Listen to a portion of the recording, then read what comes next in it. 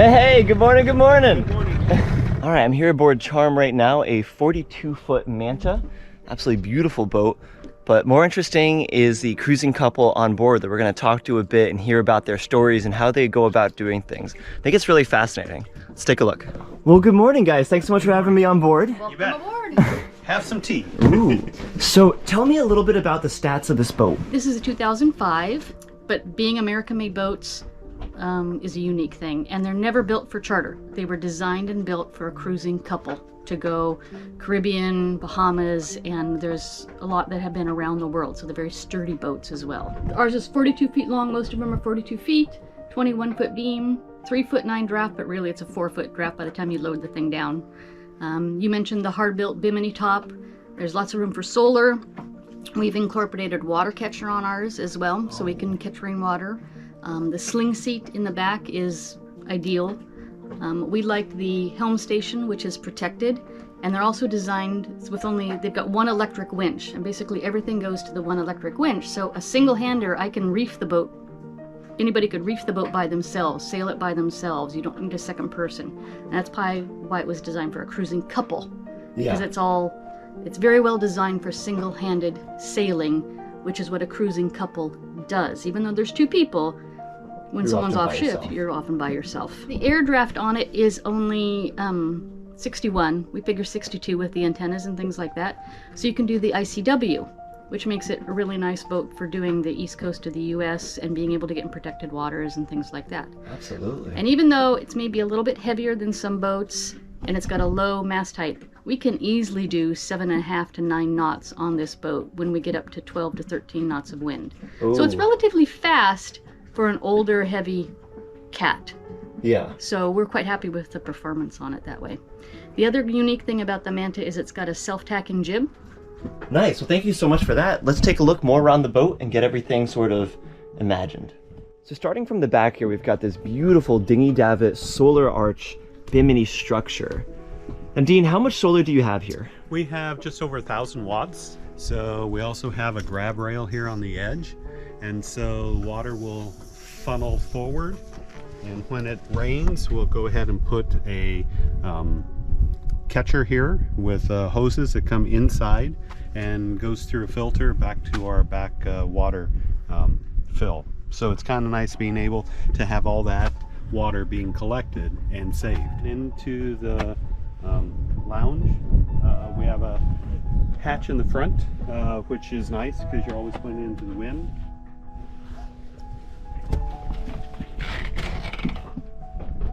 This is the self-tacking jib. And of course the netting here for lounging. And I gotta say, I really like the jib up here because now you have shade. You do. Something I always love about catamarans is their double bridle system coming out the front. And you see how low that puts their scope ratio as it goes forward. And earlier in the drone shot, you can see just how little chain they actually need to have out, but they're held well in place. For the helm station, we have one electric winch. So everything comes to it. We have the halyards that will come in and they get tied off. We have the main sheet that typically is used on it all the time. We have the jib sheet, and most of the time, because it is smaller, you can do it by hand or you can run it through there as well. But if you're doing a tack, you pull in the jib, you pull in the main sheet, you tack, you let out the jib, let out the main. And so it's all controlled right here. So it's kind of nice. That's a really big point about the Mantas here, that they are meant for cruiser couples, but they're meant basically to be solo sail, because often when you're cruising, one person wants to be able to sleep while the other one sails. And that's the point of there being this one electric winch here, only one on the boat, and this controls everything from right here. Plus you have really good vantage while you're up here at the helm. I mean, really, really good. And overhead you have visibility of the sail as well. Oh, wow. Now this is the last thing out here I think is so cool, is this huge bench with this amazing area you can see. You could easily get 2 people up here. You can see so much once you're up here. As well, they've got tons of outdoor storage here. Long story short, Manta's a pretty nice boat. Let's check it out inside. So, one of the things that's nice about a Manta is it's basically made for a couple. but it's got a couple nice features that people don't think about until they're out. Excuse the dirty dishes. But having all of your storage and some storage up, even though we don't have the 360 view like a lot of new catamarans, we have such great storage here. You're not constantly bending down for everything you need. It's more like a house kitchen in here, because you do have some of this nice upper storage for your, you know, your common things. Got a couple nice features. You can lift up and there's trash. So you can just live. It's very, very livable galley. Even though it's small, it's very livable. One of the other great things about the Mantas is their fridge freezer. It is super energy efficient, and it's huge. You can lift up both of them, and you can see we've just got it packed. Foam. Yep, and it's all the way around. This is very, so the only cooling unit is in here, and then there's holes that supply for the fridge. And So- there are those homemade Cinnamon rolls that we had last night that were fantastic. Yep. So that's another nice thing. So coming down below here, I was really impressed by the amount of pantry and storage space, especially, oof, look at that, absolute ton. This is the side that they sleep on. So here is the master cabin in the back. This catamaran only has 3 cabins on it instead of 4 that would be a normal charter version. Here on this bed, they hop in 1, then hop in 2. I really like that because nobody has to climb over anybody. As well, having these little windows right here, you know, to look out, see it all. It's really, really nice. Also, a really big feature on any boat is airflow. Airflow, airflow. How much can you get? And this one, having a hatch right here that'll open forward into the wind, and the fact that basically there's nothing up ahead of this. It's just the whole rest of the side of the boat. You're not blocking any of the wind. So this one's gonna come down right through here and then bam, right onto you, however you want to come through. You even have a little space right back there. That's fantastic. Coming up here into their beautiful, beautiful galley. Hello, look at this. And then they have a huge shower. I mean, I've been on 60-foot catamarans that didn't have this much shower space. Look at that, my arm's fully extended. I got some long arms. That is cool. Now, Chris told me that they are a bit of a power hog on this boat for the simple reason that she likes to take a hot shower. And I thought, I didn't even know you could do that on a boat. Going up to the other pontoon of the boat. Come down here. Now they use this mostly for storage or for whenever they have guests on. Here's the other main aft cabin. This one you do have to come in sideways and sideways, so it's a little bit different than the main one, but you still have the hatch, you still have back window, you still have this window here. Good lighting, as well as I've got fans. Ooh, I think they call this a vent for air conditioning. I wonder what that is. Again, though, being a cruiser couple, they're able to use all this really just for storage space. So here's the other head, which is a wet bathroom. It looks like, but then they have a V berth up here. Looks like you could do 2 people. It would be pretty snug for 2 by boat standards, but for sure 1 person would be very, very comfortable up here. Oh, look at this, they even have a washing machine. That's incredible. So yeah, so storage space is well taken care of here on the boat, and they make it all work really nicely.